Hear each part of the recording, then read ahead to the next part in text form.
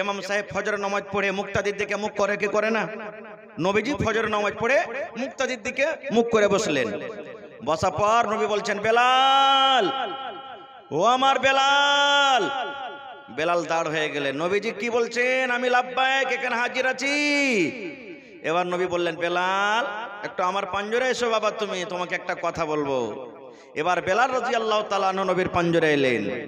এবার নবীজি বেলালকে বললেন, ওরে আমার সাহাবে বেলাল, বেলাল রে, ইসলাম কবুল করার পর, আমার প্রতি ঈমান আনা পর, ইসলামে ঢোকা পর, বেলাল তুমি জীবনে কোন এমন আমল করেছো বেলাল?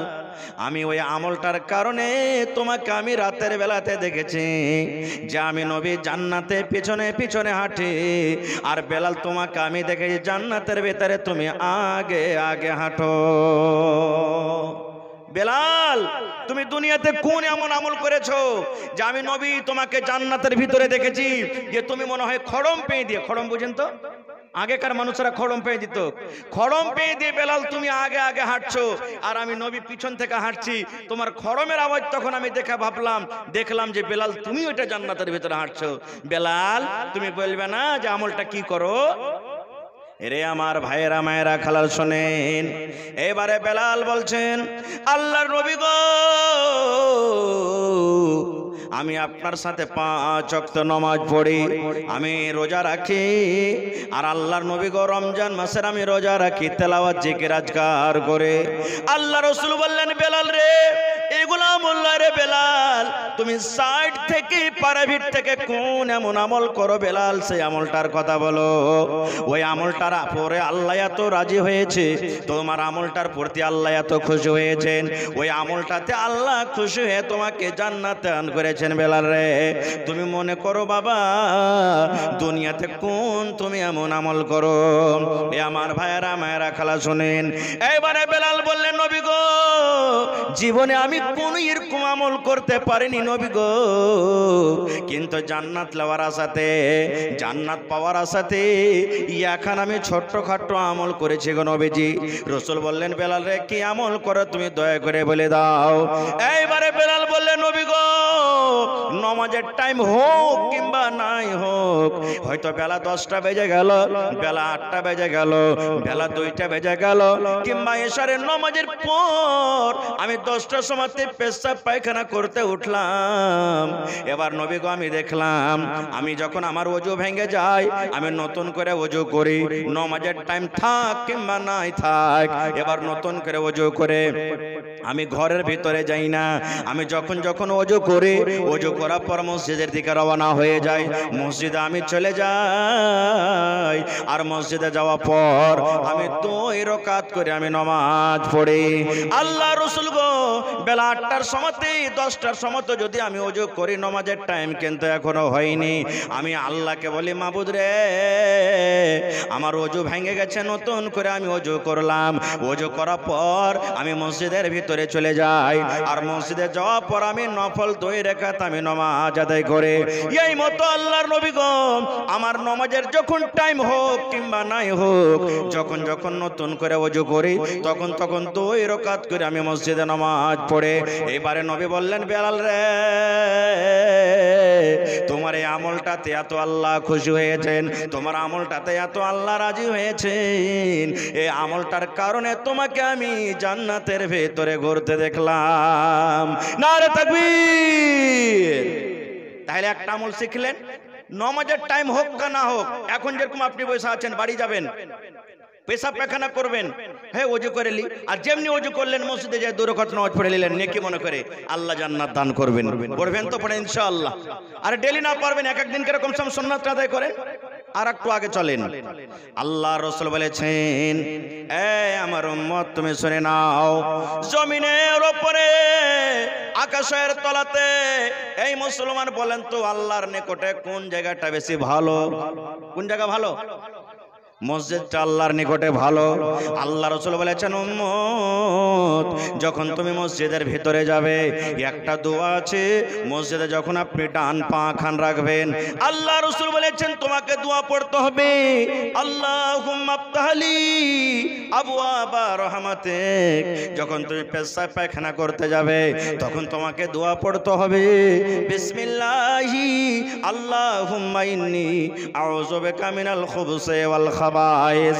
আল্লাহ রাসূল বলেছেন তুমি বিবির সাথে যখন মিলন করবে, বিবির সাথে মিলন করার টাইমে আল্লাহ রাসূল বলেছেন তোমাকে দোয়া পড়তে হবে, বিসমিল্লাহি আল্লাহুম্মা জান্নিবনাশ শাইতান ওয়া জান্নিবিশ শাইতান মা রাযাকতানা। আল্লাহ রাসূল বলেছেন উম্মত যখন আঁধি চলবে, তুফান চলবে, ঝড় চালু হয়ে গেছে, পাথর বর্ষিছে, ঘূর্ণি বাতাস চলছে, ঝড় চলছে, ওই টাইমে নবী বলছেন তোমাকে দোয়া পড়তে হবে, আল্লাহুম্মা ইন্নী আসআলুকা খায়রাহা ওয়া খায়রা মা উরসিলাত বিহি ওয়া আউযু বিকা মিন শাররিহা ওয়া শাররি মা উরসিলাত বিহি। এই দোয়াটা পড়তে হবে।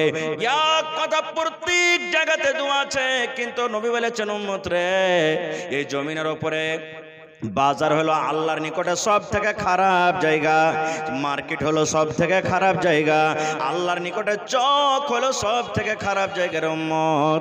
কিন্তু উম্মত রে, যখন তুমি সবজি কেনার জন্য বাজার যাবে, বকরি কেনার জন্য বাজার যাবে, গরু কেনার জন্য বাজার যাবে, নাস্তা কেনার জন্য বাজার যাবে, যখন তুমি মার্কেট যাবে রে উম্মত, মার্কেট ঢোকার আগে আগে যদি তুমি একটা দোয়া পড়িতে পারো রে উম্মত, ওই দোয়াটা যদি তুমি পড়ে নাও, আল্লাহ রাব্বুল আলামিন দোয়াটা পড়ার কারণে চারখানা আল্লাহ রাব্বুল আলামিন তোমাকে নেকি দান করবেন। এক নম্বর নেকি হলো, বাজারে যখন তুমি ঢুকলে, বাজারে ঢোকার সময়তে নর হোক কিংবা নারী হোক, তুমি যখন চা খেতে বাজারে গেলে, যখন তুমি চকে তুমি পান খেতে চলে গেছো রে উম্মত, দুনিয়ার কোনো দরকারে তুমি কাপড় কেনার জন্য মার্কেট ঢুকবে, মার্কেট ঢোকার আগে আগে আল্লাহ রাসূল বলেছেন যদি তুমি দোয়া পড়িতে পারো, একটা দোয়া আছে, আল্লাহ রাসূল বলেছেন উম্মত রে, এই দোয়াটা যদি তুমি পড়ে নাও, প্রথম তোমার কাজ হলো তোমার জীবনের আল্লাহ যত ছোট ছোট নেকি আছে, সমস্ত যত গুনাহ আছে, জীবনের যত ছোট ছোট গুনাহ আছে, সাগেরা গুনাহ আছে, তোমার জীবনের 10 লক্ষ গুনাহকে আল্লাহ মাফ করে দেবেন, এবং আল্লাহ তোমাকে 10 লক্ষ নেকি দান করবেন, এবং আল্লাহ 10 লক্ষ দরজাকে আল্লাহ তোমার উঁচা করে দেবেন, এবং তার বদলাতে আল্লাহ তোমাকে জান্নাতের ভিতরে একখানা ঘর বানিয়ে দেবেন। বাজারে দাখিল হওয়ার দোয়া, বাজারে ঢোকার দোয়া ভাই মুসলমান। এই গ্রামে আমি শুনলাম বেশিরভাগে মানুষ বিজনেস করে শিখলেন ভাই, জীবনে কোন আমলটা আল্লাহর কাছে কবুল হবে আল্লাহ জানে। বাজারে ঢুকবেন তখন দোয়াটা পড়বেন, পড়লে পরে কত নেকি জানেন, জীবনের 10 লক্ষ ছোট গুনাহ আল্লাহ মাফ করে দিবেন, 10 লক্ষ নেকি আল্লাহ রেজিস্টারে লিখে দিবেন, 10 লক্ষ আল্লাহ মার্তবাকে বুলন্দ করে দিবেন, এবং তার সাথে সাথে জান্নাতের ভিতরে এখন ঘর বানিয়ে দিবেন। বলবেন হাজী মাওলানা দোয়াটা কি? আল্লাহ রাসূল বলেছেন দোয়াটা হলো লা ইলাহা ইল্লাল্লাহু ওয়াহদাহু লা শারীকা লা লাহুল মুলকু ওয়া লাহুল হামদ ইহয়ী ওয়া ইউমীত ওয়া হুয়া হাইয়ুন লা ইয়ামুতু বিয়াদিহিল খায়র ওয়া হুয়া আলা কুল্লি শাইইন কাদির। আল্লাহ রাসূল বলেছেন উম্মত বাজারে সন্ধ্যার দাওয়া, বাজারে দাখিল হওয়ার দোয়া, বাজারে যখন তুমি ঢুকবে তখন এই দোয়া পড়বে, লা ইলাহা ইল্লাল্লাহু ওয়াহদাহু লা শারীকা লা লাহুল মুলকু ওয়া লাহুল হামদু ইহয়ী ওয়া ইউমীত ওয়া হুয়া হাইয়ুন লা ইয়ামুতু বিয়াদিহিল খায়র ওয়া হুয়া আলা কুল্লি শাইইন কাদির। আল্লাহ রাসূল বলেছেন এই দোয়াটা পড়ে যদি তুমি বাজারে চলে যাও, এই দোয়াটা পড়ার কারণে চারখানা আল্লাহ তোমাকে নেকি দান করবেন। এক নম্বর নেকি হলো আল্লাহ রাব্বুল আলামিন তোমার জীবনের 10 লক্ষ গুনাহকে আল্লাহ মাফ করে দিবেন, তোমার রেজিস্টারে 10 লক্ষ নেকি লেখা হবে, তোমার আল্লাহ 10 লক্ষ মার্তবাকে আল্লাহ উঁচা করে দিবেন, এবং তোমার জন্য জান্নাতের ভিতর আল্লাহ এখন ঘর বানিয়ে দেবেন। সুবহানাল্লাহ, কত বড় নেকির কাম। আর একটু আগে চলেন, আজকে কোনো ভাই মনে হয় আমার যে কেউ জিজ্ঞাসা করবে না, হাজী মাওলানা দুনিয়াতে কোন আমলটা করব তো আল্লাহ জান্নাত দান করবেন। এ ভাই মুসলমান, আল্লাহর নবী একদিন বসে আছেন, আপনারা যেমন বসে আছেন সাহাবায়ে কেরামের দল বসে আছেন। একজন সাহাবী এসে বলছেন, ইয়া রাসূলুল্লাহ, হে আল্লাহর নবী গো, একটা আপনাকে প্রশ্ন করব নবী গো। নবী বললেন, বাবারে কি তুমি প্রশ্ন করবে বলো তো। এবার সে সাহাবী বললেন, নবী গো, আল্লাহর জমিনে যতদিন আমি বাঁচব, আল্লাহ যতদিন আমার হায়াত দিয়েছে, আল্লাহ যতদিন আমার জীবন দিয়েছে, জীবন পর্যন্ত কোন এমন আমল করব গো নবী যে আল্লাহ আমাকে জান্নাত দান করবেন? আমাকে কোন এমন কাজ করতে হবে, কোন এমন নেকির কাম করব গো নবী, সেই নেকিটা করার পর আল্লাহ রাব্বুল আলামিন আমাকে জান্নাত দান করবেন?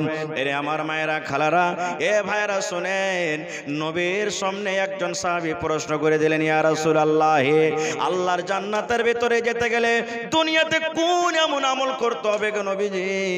এবার নবীজি পাঁচখানা আমলের কথা বললেন। কথা বললেন, পাঁচখানা আমলের কথা বললেন।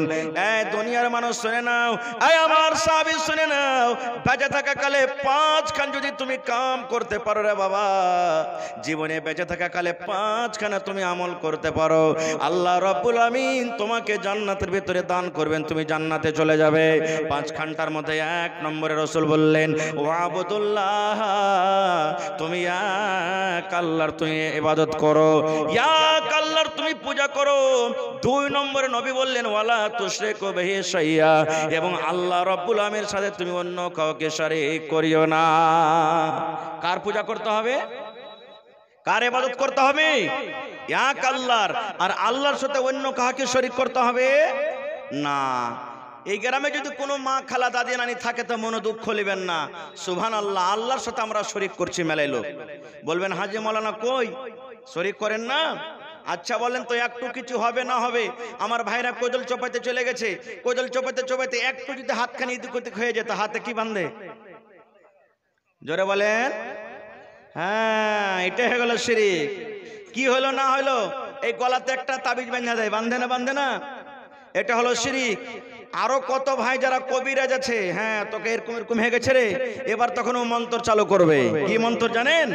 সুবহানাল্লাহ। সামনে আগরবাতি জ্বালবে, পান দিবে, সুপারি দিবে, আরো কি কি দিবে, দিয়ে তখন বলবে সুবহানাল্লাহ, কালো কালো তুলসের পাত মাগো, কালো দরিয়ার পানি, কোথায় আছো তোরা ডাকনি, ছাঁচো দরিয়ার পানি মাগো, ছাঁচো দরিয়ার পানি। কিংবা কত মা খালা বলে, ওরে সুবহানাল্লাহ, ওই কবিরাজ বলে তুলসীর পাতা হাতে নিয়ে লাই আর বলে, তাম্বা তুলসীর পূজারে কইরা রাখি নোরে, হাই রে সোনার বান্দারে, কিবা খাইবা কিবা রে নিবা বহলো রে, হাই রে সোনার বান্দারে। এই আমার মাকে বলবো, খালাকে বলবো, ভাই রে, এগুলা মন্ত্র পড়তে পড়তে যদি মত হয়ে যায়, মা এগুলা যদি পড়তে পড়তে যদি মত হয়ে যায়, জান কবজ হয়ে যায়, নামাজ পড়তে গেল আল্লাহর জান্নাত পাওয়া যাবে না, রোজা রাখতে গেল আল্লাহর জান্নাত পাওয়া যাবে না, হজ করতে গেল আল্লাহর জান্নাত পাওয়া যাবে না গো মা। এই জন্য নবী বলেছেন, উম্মত, প্রথম কাজ তোমাকে এক আল্লাহর ইবাদত করতে হবে, দুই নম্বরে তোমাকে আল্লাহর সাথে কাউকে শরীক করতে হবে না, তিন নম্বরে নবী বলেছেন নামাজ কায়েম করতে হবে, চার নম্বরে বলেছেন যাকাত দিতে হবে, পাঁচ নম্বরে বলেছেন যেগুলো তোমার আত্মীয় আছে, মা আছে, চাচা আছে, দাদু আছে, দাদি আছে, এদের সাথে তোমাকে ভালো ব্যবহার করতে হবে। এবার সেই সাহাবী শোনার পর যখন বাড়ি থেকে রওনা হয়ে গেলেন, আল্লাহ রাসূল বললেন, সাহাবী রে, ও আমার উম্মতের দল শুনে নাও, এই লোকেরা আমার উম্মতের মধ্যে পাঁচখানা যে কাম করবে, আল্লাহ রাব্বুল আমিন পাঁচখানটা আমল করার কারণে আল্লাহ তাকে জান্নাত দান করবেন। আর একটা আমলের কথা বলে দিই, আজকে কিসের জালসা ভাই? জোরে বলেন। মসজিদের জালসা। মসজিদটা কার ঘর? আরো জোরে বলেন।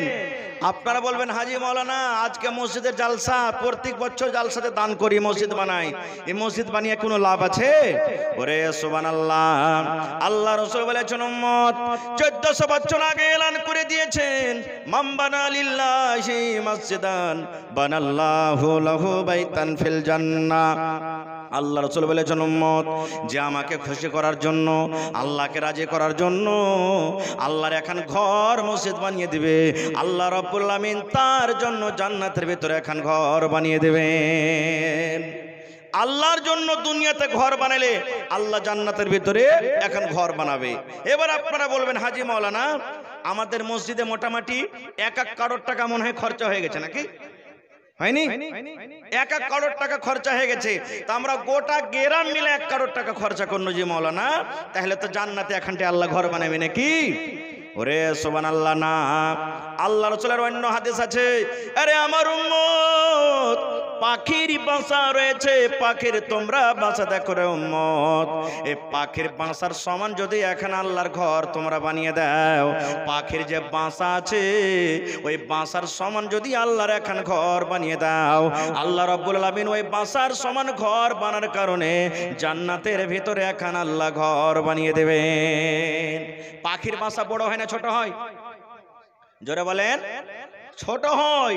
আল্লাহর নবী বলেছেন সহিহ হাদিস, পাখির যে বাসা আছে বাসার সমান ঘর বানাতে গেলে আল্লাহ জান্নাতে ঘর বানাবেন।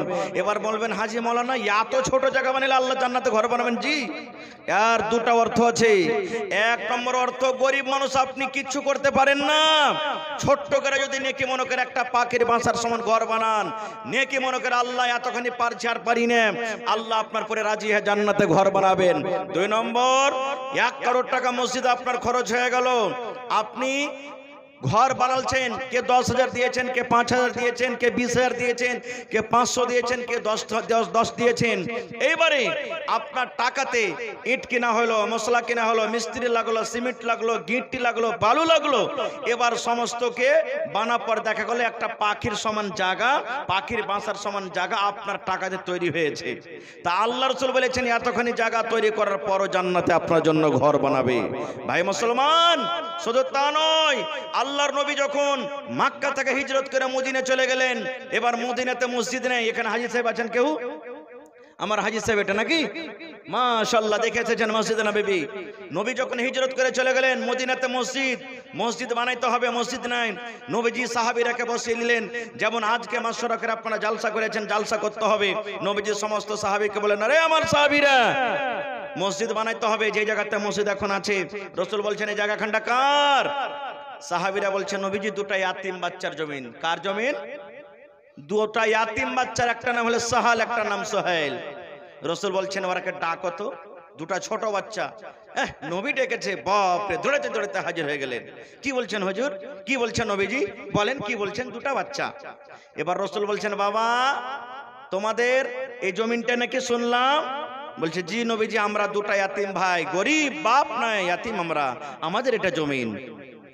এবার নবীজি বললেন ও সাহাল, সোহেল বাবারে, এই জমিনটা তোমরা বিক্রি করবে না রে বাবা, বিক্রি করে দাও। রাসূল বলছেন বিক্রি করে দাও। দুটো ইয়াতিম বাচ্চা বলছে নবী গো, কেন আমরা জমিন বিক্রি করব? জমিন বিক্রি করার আমাদের দরকার নাই নবী, কেন করব? এবার নবী বললেন সাহাল, সোহেল, এই জায়গাতে আল্লাহর ঘর বনবে বাবারে, মসজিদ বনবে, এই জায়গাতে আল্লাহর ইবাদতখানা বনবে, আল্লাহর ইবাদতখানা বলবে, মসজিদ বনবে, ঘর বনবে, এই জন্য তোমরা আল্লাহর ঘরের জন্য বিক্রি করে দাও। দুটো ইয়াতিম বাচ্চা বলতে লাগলো নবী গো, জমিন বিক্রি করব না গো নবী, বিক্রি করব না, বিক্রি করব না। যদি এই জায়গাতে আল্লাহর ঘর বানাবেন, এই জায়গাতে যদি মসজিদ বানান, এই জায়গাতে যদি আল্লাহর ঘর হয়, আমরা দুটো ইয়াতিম বাচ্চা জমিনটা মসজিদে দান করে দেব, টাকা লাগবে না নবী গো।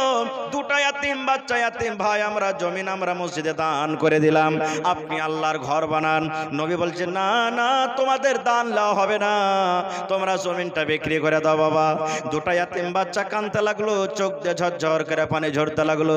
দয়ার নবী গো, ইয়াতিম বলে কি আপনি আমাদের দান কবুল করবেন না নাকি? আমাদের বাপ নাই বলে আপনি দান নেবেন না, আমরা ইয়াতিম বলে আমাদের দানটাকে হেকারত করছেন। আল্লাহ রাসূল বললেন সাহাল, সোহেল রে, তোমাদের বাপ নাই বলে তোমাদেরকে হাকারত করি রে বাবা, এরকম তোমরা করো না। ও সাহাল সোহাইল, আজকে তোমাদের দানটা এই জন্য আমি বলছি নবী নেব না। আজকে তোমরা মাসুম, তোমরা এতিম ছোট বাচ্চা হয়ে আছো। এই জায়গাতে যদি আল্লাহর ঘর বানিয়ে দি, পরে লোকেরা বুঝতে পারবে না, পরে লোকেরা তো আমার পরে ইলজাম লাগাবে, আমার পরে দাগ লাগাবে। দেখো দেখো তোমাদের নবী কেমন রে, বাপ হারা দুটা ছেলের জমিনকে নবীজি জাবরান কবজা করে ওখানে আল্লাহর ঘর বানিয়ে দিয়েছে। এরকম লোকেরা আমার পরে ইলজাম না লাগায়, এর জন্য বলছি বাবারে তোমরা বিক্রি করে দাও। এই মুসলমান এবারে মসজিদ বনে গেল, সাহাল সোহেলের জমিনে মসজিদ বনে গেল। মসজিদের সামনে আরো কিন্তু একটু জায়গা জমিন আছে, ফাঁকা জমিন, ওইটা কিন্তু এখনো মসজিদের হয়নি। আল্লাহ রাসূল সাহাবীরে কে বসিয়ে দিলেন, সাহাবীরে কে তোমরা এমন আছো, এই ফাঁকা জায়গাটা যদি কিনে মসজিদে লাগিয়ে যেতে পারো, আমি নবী আল্লাহর দরবারে গ্যারান্টার হয়ে গেলাম, এই জমিনটা কেনার কারণে আল্লাহ রাব্বুল আলামিন তাকে জান্নাত দান করবেন। এই জমিনটাকে মিলিয়ে দিতে পারবে যে মসজিদের জমিনের সাথে, আল্লাহ রাব্বুল আলামিন তার জন্য জান্নাত এখন কে ঘর বানাবে বলেন। হযরত ওসমান গনি নবীজির জামাই দাঁড় হয়ে গেলেন। দাঁড় হয়ে যাওয়ার পর বলছেন, ইয়া রাসূলুল্লাহ, আমি ওসমান বিন আফফান নবী গো, যত টাকা লাগবে, যত পয়সা লাগবে, যত সোনা লাগবে, যত চাঁদি লাগবে, যত উট ঘোড়া লাগবে নবী গো, সমস্তকে দিয়ে আমি